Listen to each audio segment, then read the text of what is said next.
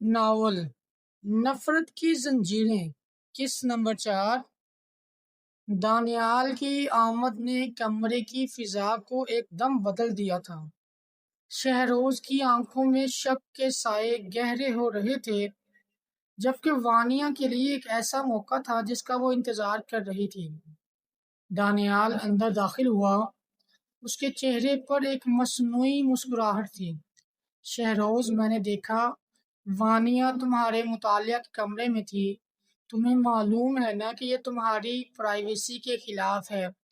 شہروز نے دانیال کی طرف دیکھا، پھر وانیہ کی طرف، جس کی آنکھیں دانیال کے چہرے پر جمی تھی۔ دانیال، میں وانیہ سے کسی ضروری معاملے پر بات کر رہا تھا۔ دانیال نے کرسی پر بیٹھتے ہوئے کہا، ضروری معاملہ؟ یا پھر یہ لڑکی تمہیں اپنے جال میں پھنسانے کی کوشش کر رہی ہے؟ شہروز، یاد رکھو اس کا بھائی کون ہے۔ وانیہ سے اب خاموش نہیں رہا گیا۔ دانیال، میرے بھائی کے بارے میں تم اتنا کیوں جانتے ہو؟ کیا یہ اس لیے کہ تو نہیں کہ ساری سازش تم نے خود تیار کی تھی؟ کمرے میں سناٹا چھا گیا۔ شہروز نے ایک قدم آگے بڑھا کر دانیال کا گریبان پکڑا۔ سچ بتاؤ دانیال، کیا تم وانیہ کی بات کر رہے ہو یا کوئی اور راز چھپا رہے ہو؟ دانیال کی ہنسی غائب ہو گئی۔ اس نے شہروز کا ہاتھ جھٹکا۔ تم مجھ پر شک کر رہے ہو اس لڑکی کی وجہ سے؟ شہروز، تم اپنی محبت کی اندھی ہو کر اپنی ہی خون کو غلط سمجھ رہے ہو۔ شہروز کا چہرہ غصے سے سرخ ہو گیا۔ اس نے وانیہ کی طرف دیکھا، جس کی آنکھوں میں آنسو تھے مگر ہمت پوری تھی۔ اگر تم سچے ہو دانیال، تو مجھے وہ فائل دکھاؤ جو تمہارے پاس ہے، جس کا ذکر تم نے پچھلے ہفتے کیا تھا۔ دانیال کی رنگت زرد پڑ گئی۔ اس نے ہلکاتے ہوئے کہا، وہ فائل تو کھو گئی ہے۔ شہروز نے گرج کر کہا، جھوٹ! تم نے مجھ سے کیا چھپایا ہے؟ اسی لمحے وانیہ نے میز پر پڑی وہ چابی اٹھائی جو شہروز نے کل دراز میں رکھی تھی، اور دانیال کی جیب کی طرف اشارہ کیا۔ کیا شہروز اب دانیال کی حقیقت جان پائے گا یا دانیال کوئی نئی چال چلے گا؟ قسط نمبر 5۔ کمرے میں موجود ہر شخص کی نظریں دانیال کی جیب پر جمی تھی۔ شہروز کا غصہ اب ایک طوفان کی شکل اختیار کر چکا تھا۔ وانیہ کا دل زور سے دھڑک رہا تھا۔ اسے احساس تھا کہ یہ لمحہ اس کی زندگی کا رخ بدل سکتا ہے۔ شہروز نے ایک قدم دانیال کی طرف بڑھایا۔ دانیال، اپنی جیب خالی کرو، ابھی۔ دانیال پیچھے ہٹنے لگا۔ اس کی آنکھوں میں بکھلاہٹ تھی۔ شہروز، تم ایک لڑکی کے کہنے پر اپنے کزن کی تلاشی لوگے؟ یہ بہت غلط ہے۔ وانیہ نے اپنی آواز میں سختی پیدا کی۔ اگر تمہارے پاس چھپانے کے لیے کچھ نہیں ہے تو دانیال، تو ڈر کیوں رہے ہو؟ شہروز، اس کے پاس ہی وہ ثبوت ہے جو میرے بھائی کو بے گناہ ثابت کر سکتا ہے۔ شہروز نے دانیال کا بازو مضبوطی سے پکڑا اور اسے دیوار کے ساتھ لگا دیا۔ اس نے دانیال کی جیب میں ہاتھ ڈالا اور ایک چھوٹی سی ڈائری اور ایک USB نکالی۔ شہروز نے اسے کھول کر دیکھا تو اس کا چہرہ غصے سے نیلا پڑ گیا۔ شہروز کی آواز میں لرزہ تھا مگر وہ غصے سے کانپ رہا تھا۔ یہ کیا ہے دانیال؟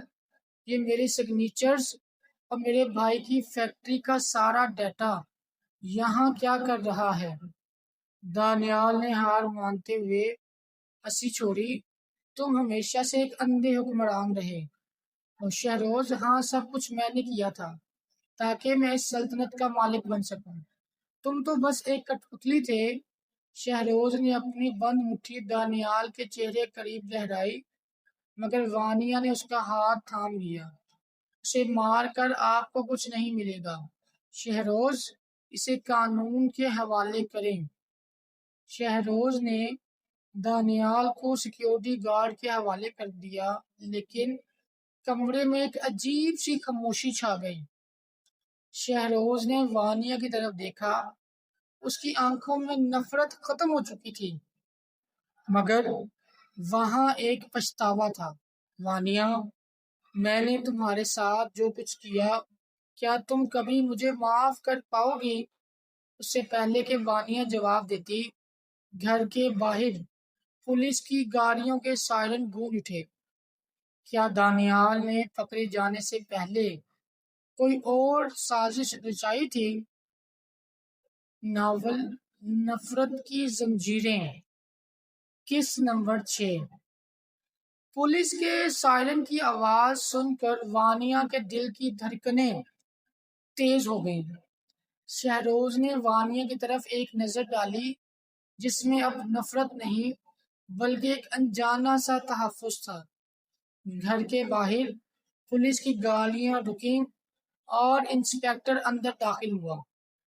انسپکٹر نے شہروز کی طرف دیکھتے ہوئے کہا، شہروز خان، ہمیں اطلاع ملی ہے کہ آپ کے گھر میں کچھ غیر قانونی سرگرمیاں ہو رہی ہیں اور ایک شخص دانیال کو حراست میں لے لیا گیا ہے۔ کیا آپ اس کے ساتھ ملوث ہیں؟ شہروز نے پرسکون انداز میں جواب دیا، انسپکٹر صاحب، دانیال نے میرے خاندان کے ساتھ دھوکہ کیا ہے اور میرے پاس اس کے تمام ثبوت موجود ہیں۔ میں خود اسے قانون کے حوالے کر رہا ہوں۔ دانیال کو پولیس کی گاڑی میں بیٹھا رہی تھی۔ وہ غصے سے چیخ رہا تھا، تم پچھتاؤ گے شہروز، وانیا تمہیں کبھی معاف نہیں کرے گی، وہ صرف اپنا بدلہ لے رہی ہے۔ وانیا خاموشی سے یہ سب دیکھ رہی تھی۔ جیسے ہی پولیس کی گاڑیاں گئیں، شہروز اس کے قریب آیا۔ اس کی آواز میں ایک عجیب سی عاجزی تھی۔ میں نے تمہارے بھائی پر جو الزامات لگائے تھے، میں ان تمام کو واپس لیتا ہوں اور اسے کل ہی رہا کروا دوں گا۔ وانیا نے شہروز کی آنکھوں میں دیکھا، آپ کو لگتا ہے کہ صرف الزامات واپس لینے سے سب ٹھیک ہو جائے گا؟ آپ نے میری زندگی کے 3 ماہ ایک قید خانے میں گزارے ہیں۔ شہروز نے سر جھکا لیا، میں جانتا ہوں میں نے بہت ظلم کیا ہے، میں تمہیں روکوں گا نہیں وانیا، تم جہاں جانا چاہو جا سکتی ہو، میں تمہیں آزادی دیتا ہوں۔